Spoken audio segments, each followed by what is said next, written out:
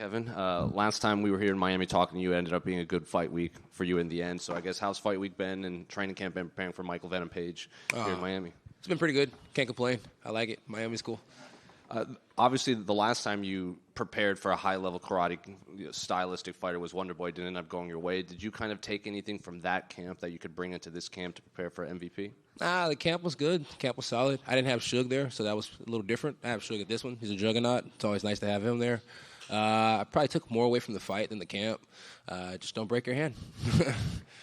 MVP was in here earlier, and he said that your name wasn't one that he thought they would offer you, but when they did, you know, he could feel the fans were very excited for this fight. And I'm curious, do you feel that from the fans too, considering how popular MVP was before he came to the UFC and the fact that he's matched up with a high-level striker like yourself? The fans are pretty happy. I tend to read the comments. They'd have been a little bit more happy with a Wonderboy fight, which makes a lot of sense, to super experienced traditional martial artists with good backgrounds in that traditional martial artists going at it. But they got me, and I think as long as I'm option B, I'm always a good option B for these guys, and that works for me. Well, I was going to bring that up because, he said it's basically just, he has a Kung Fu background too, and he's looking forward to, two Kung Fu fighters being in the octagon there. So is that how you're viewing it too? Yeah, everybody's Kung Fu fighting. I think I said that a while back, though.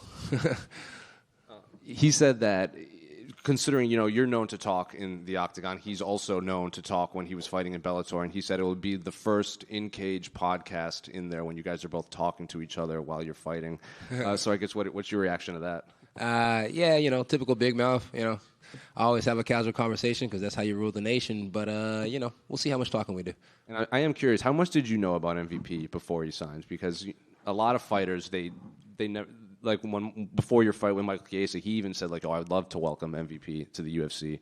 Were you a fan of his before he signed? Yeah, I was a fan of his before he signed. But if I'm a fan of somebody, I don't want to welcome anywhere. You know what I mean? It's like unless it's to my house, eat some barbecue or something like that. That sounds pretty good. Yeah, I don't know. Yeah, I watched him before. Yeah, I'm a fan of his work. Yeah, and this last one for me. Can I get your thoughts on the main event between Cheeto and Sean? Yeah, it's gonna be a really good fight. It's gonna be an amazing fight. Cheeto has a really cool coach. Sugar has a really cool coach. Sugar's a really cool guy. Cheeto's a really cool guy. May the best man win. But still a Sugar show. Sure. Are you surprised to see him making the jump over to the UFC at 36? Because it's something that he's been talking about for quite a few years, but he is doing it relatively late in his career. Yeah, he's definitely doing it later in his career, but, hey, Wonderboy was old when I fought him and still an experienced vet with plenty of moves up his sleeve. So, maybe the same's here. We'll find out. And then how much extra motivation is it just to play spoiler to that, supposed big debut?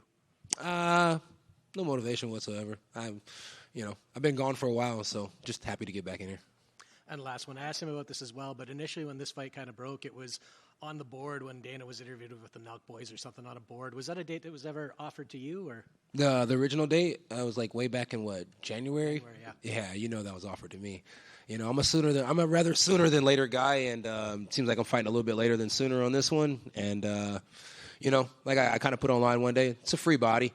It doesn't really move you anywhere in the rankings, doesn't really do anything, doesn't give you a bonus or anything like that. It's just a free body, and if you know me, I kind of like free bodies. Thanks. Kevin, right here to your right. You fought Stephen Thompson, so obviously you're familiar with the kind of karate style, but MVP kind of does those weird things where, he's dancing, he's putting his hands down. I guess kind of what do you make of that, and was there anything different in preparation you had to do to prepare for something like that? Nah, you kind of don't really ever change up anything in preparation when you're fighting a guy like that. You can bring in some karate guys. They're never really going to mimic exactly what you want. I did hit a Raymond Daniels, and shout out to him because he was like, him and MVP go back, and he wasn't going to cross that line. So props to him. One hell of a martial artist. No real big changes. Same old same. If my right hand lands, it lands. If my left hand lands, it lands. In Miami, when my left hand lands, it lands nice and it lands nasty. And then I still have some other tricks that I can pull out too. When he does those things, do you feel like it's more of a distraction? Is it more of a mental thing kind of to distract his opponent? Or do you feel like there is some actual technique involved in setting up his... Yeah, he's been fighting like that for a long time. And usually when he does it, he usually slaps somebody right across the cheeks. So hopefully when he does it, I slap him first. Coming over here. I don't know if you've made it clear about your stance on the belt, but I am curious. On your Instagram, it says, I'll be king before I'm done. So what are you referring towards in that sentence? You know what? When I wrote that, I was probably selling never mind. Let's switch it. Okay, I'll switch it to a bit of a more fun one. You mentioned Kung Fu fighting. Kung Fu Panda 4 drops while you're here. Are you going to make time for that one? No. I'll probably wait until I get home, watch it with the kids. Awesome. And one last one. Your good friend Jamal Hill, he's headlining UFC 300 Yeah. next pay-per-view. So what was your reaction when you saw that he was going to headline against Alex Pereira? Oh man, yeah. It's, anytime you fight Alex Pereira, I'm like, oh shit. So instantly called him, was like, bro, right off the surgery, that's fucking wild. He's like, yeah. I'm like, man, my kind of guy. Let's go get it. Do your thing, brother. You guys go out there and have fun. So props to Jamal Hill. Is going to go out there and hopefully grab another world title, and I think that'd be fucking amazing because I don't think he got a chance to show you guys what he could really do last time when he grabbed that belt. So it'd be great to see him go on a run.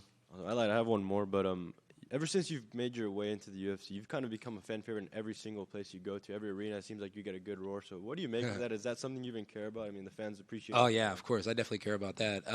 It's better be loved than hated, right? And they say you collect more bees with honey or something like that than vinegar. So, yeah, it's always great to have people to like you, and it's always great to be loved. Nobody wants to be hated and stuff like that. So, yeah, I think it's freaking amazing to be able to go places and to put smiles on faces instead of frowns on faces. So, hopefully Saturday night we put the biggest smile of them all.